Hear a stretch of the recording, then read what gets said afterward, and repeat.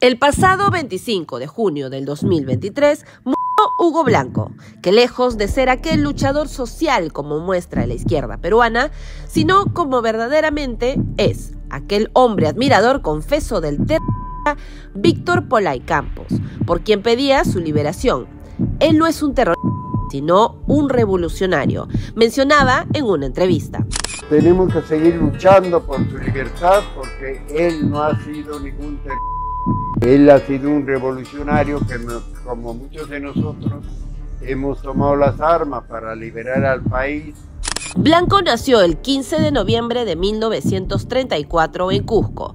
Fue en 1954 que emprendió su viaje a Argentina, país donde recibiría gran influencia del movimiento trotskista, obteniendo también experiencias sindicalistas que años más tarde le serviría contra el vicepresidente de Estados Unidos a Perú, Richard Nixon.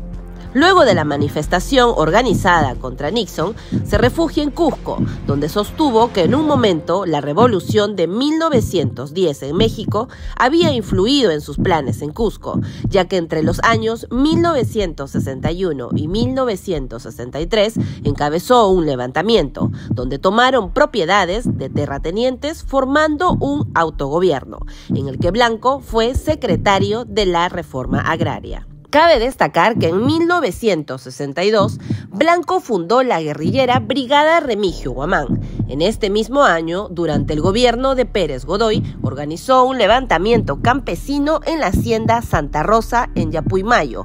En ese entonces, ocurre un enfrentamiento en el puesto policial de Pucyura, donde el líder trotskista dispara contra el guardia civil briceño, quien se negó a abrir la armería. Otros 2 policías caerían abatidos en una emboscada en Mazacancha por los seguidores de Blanco. Con este hecho, ganó su detención, donde fue condenado a 25 años de cárcel. Al respecto, hoy tenemos unas declaraciones más precisas, pues sin ninguna desfachatez, cuenta cómo ocurrió el asesinato a la Guardia Civil. Y como no tenemos la suficiente cantidad de... venimos a llevarnos las armas de acá. Mientras le decía eso, sacaba el revólver y lo amenazaba, ¿no? Pero yo no sabía que estaba hablando precisamente con el guardia que le había dado el arma al hacendado.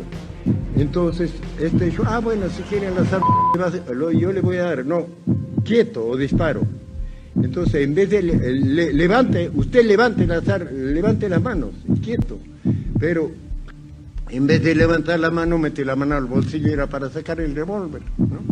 Entonces yo disparé y él alcanzó a sacar el arma y alcanzó a disparar, pero el disparo fue al techo. Un segundo más me demoraba y era el muerto. Como él tenía la conciencia sucia de haber hecho eso, por eso no quería rendirse. Y ordenó dispare. Entonces de otro cuarto comenzaron a salir disparos, ¿no? Bueno, le quité el arma. ¿Ya? Ya. Bueno, ya no hablamos del pasado entonces.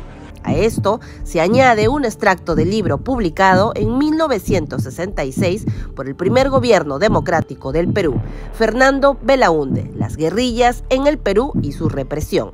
Una barreta le perforó el cráneo. El cuadro era desgarrador. Hugo Blanco se quedó sosteniendo la barreta con la sonrisa del sádico que goza con el dolor y la muerte, mientras sobre la cara del guardia briceño se desparramaban los sesos, que se le salían por el ojo izquierdo, la nariz y los oídos. El último hálito de su vida se apagó en medio de un charco de sangre ante el asombro de los campesinos que enmudecieron y se quedaron atónitos al ver el hecho macabro, propio de los hombres que tienen manchadas las manos y la mente con el tinte rojo del comunismo. Vámonos, no se asusten y no dejen nada de valor.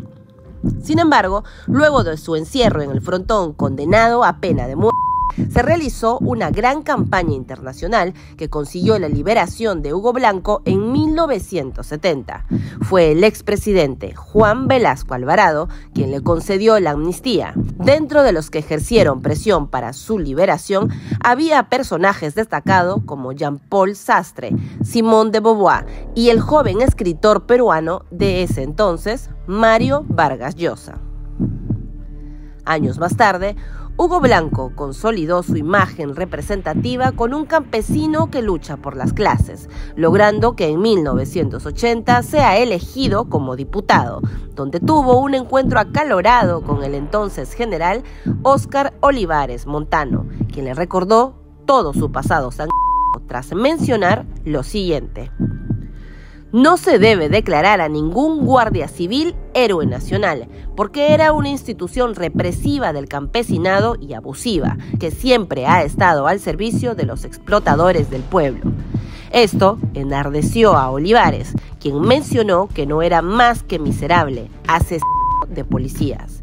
Mi institución, la Guardia Civil, no lo olvida. Este individuo debió habérsele aplicado la pena de muerte. Recordemos que Blanco Galdós también participó en la Asamblea Constituyente entre 1978 y 1980. Como diputado y como senador, sería en 1990 hasta 1992, con el cierre del Congreso por Alberto Fujimori.